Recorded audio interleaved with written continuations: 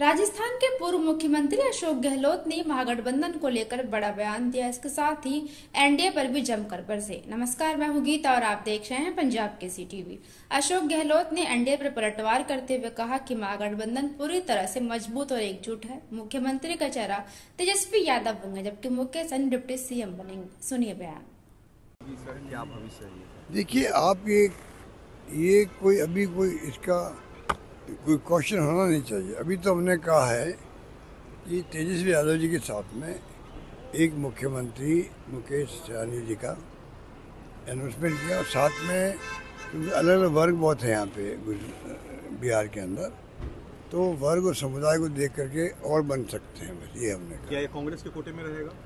वो डिपेंड करेगा, जो जीत के आते हैं वो किस वर्ग के लोग आते हैं और किस पार्टी में आते हैं, उस पर डिपेंड करेगा। सर, ऐसा क्या मजबूरी रह गई सर कि 60 सीटों पर आप लोग चुनाव लड़ रहे हैं, इसके बावजूद 15 सीटों वालों को आप उप मुख्यमंत्री घोषित कर दिए, लेकिन 60 सीट पर कांग्रेस लड़ रही है। अभी तक आप लोग नहीं घोषित कर पाए सर। क्या नहीं कर पाए? उप मुख्यमंत्री का चेहरा ये इशू है ही नहीं यहाँ पर। ये तो इशू है नहीं है। हर वर्ग को हम लोग चाहते हैं साथ लेके चलें। तो ये पॉलिटिकल फैसला था कि मुकेश सहनी जी का पहले कर देते हैं। एक वर्ग तो हो गए, बाकी जो बच गए हैं चुनाव में कौन कितने जीत के आते हैं उसके हिसाब से फैसला करेंगे। साझा प्रेस कॉन्फ्रेंस हुआ सर। साझा प्रेस कॉन्फ्रेंस में तेजस्वी यादव का तस्वीर लगा था सर, लेकिन राहुल गांधी का नहीं था, न बिहार। ये आप अनावश्यक इशू बनाते हो। इस चुनाव बिहार का हो रहा है। तेजस्वी का चरित हो और किसका होगा? राहुल गांधी का तो होगा जब मुकाबला करना पड़ेगा मोदी से, अमित शाह जी से, तब होगा। यहाँ कहाँ आप बात करते हो ये प्रेस कॉन्फ्रेंस के अंदर? आरोप लगा रहे हैं कि आप लोग लड्डू पार्टी बनकर रह गए हैं। आप लोग पीछे लगे हुए हैं, आरजेडी के पीछे चलने पे मजबूर है, क्योंकि आरजेडी आप लोग मीडिया वाले जो है उनको मैं रिक्वेस्ट करूँगा, अनावश्यक इशू खड़े नहीं करें। पूरी महागठबंधन एक है। ये आरएसएस बीजेपी का ये षड्यंत्र था कि ऐसा बना दिया माहौल 4-5 दिन।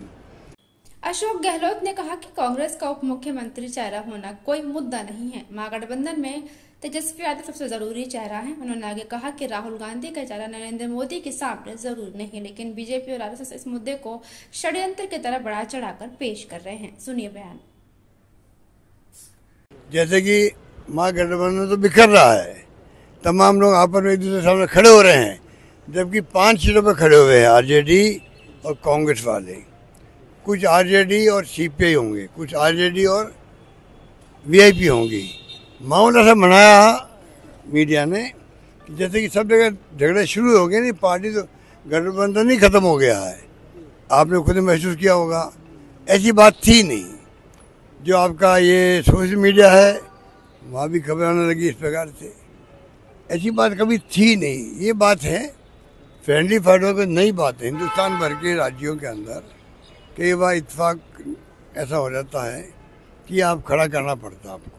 सर कैसे होगा सर? फिर कोऑर्डिनेशन कैसे हो? कांग्रेस के कार्यकर्ता आरजेडी को कैसे सपोर्ट करेंगे उन जगहों पर? आरजेडी के कार्यकर्ता कांग्रेस को कैसे सपोर्ट करेंगे? वो धीरे धीरे सेटल रहेगा आपस के अंदर। जहाँ जीतने की स्थिति जिसकी बनेगी वो रह जाएगा वहाँ पर, और कई जगह हो सकता है फायदा मिले। सर, पप्पू यादव एक बड़ा चीज कह रहे हैं कि कांग्रेस के नेतृत्व में अगर लड़की को अपर कास्ट का वोट जो है राहुल गांधी ही ये डाइवर्ट कर सकते हैं। कोई कुछ नहीं है, आप मजबूत रहो। शानदार कैंपेन शुरू होगा। शानदार कैंपेन होके हम चुनाव जीत के आएंगे, सरकार बने महागठबंधन की। ये दुआएं आप लोग भी करो, पूरे बिहार वासी करें, हिंदुस्तान पूरा कर रहा है। ये जो डेमोक्रेसी खतरे में हो रही है, संविधान खतरे में है, ध्रुवीकरण हो गया देश की राजनीति का। धर्म के नाम पे आप चुनाव जीत के आते हो और प्राइम मिनिस्टर बनते हो, सरकार बनती है आपकी, तो धर्म के नाम पे कोई राजनीति होगी क्या किसी मुल्क के अंदर? कब तक होगी? एक बार होगी, 2 बार होगी, 3 बार होगी, कब तक होगी? एक सवाल सर, आखिर में लोग समझ जाएंगे दुनिया कहाँ जा रही है, आप कहाँ जा रहे हो। एक सवाल आखिरी सर, प्रधानमंत्री आ रहे हैं सर कैंपेन करने के लिए, सर आखिरी सर।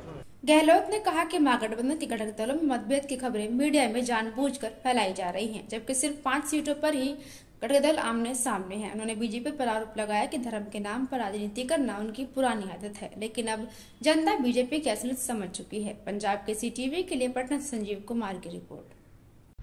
हमसे जुड़े रहने के लिए हमारे YouTube चैनल को सब्सक्राइब करें और नई वीडियो की नोटिफिकेशन के लिए बेल आइकॉन को दबाएं।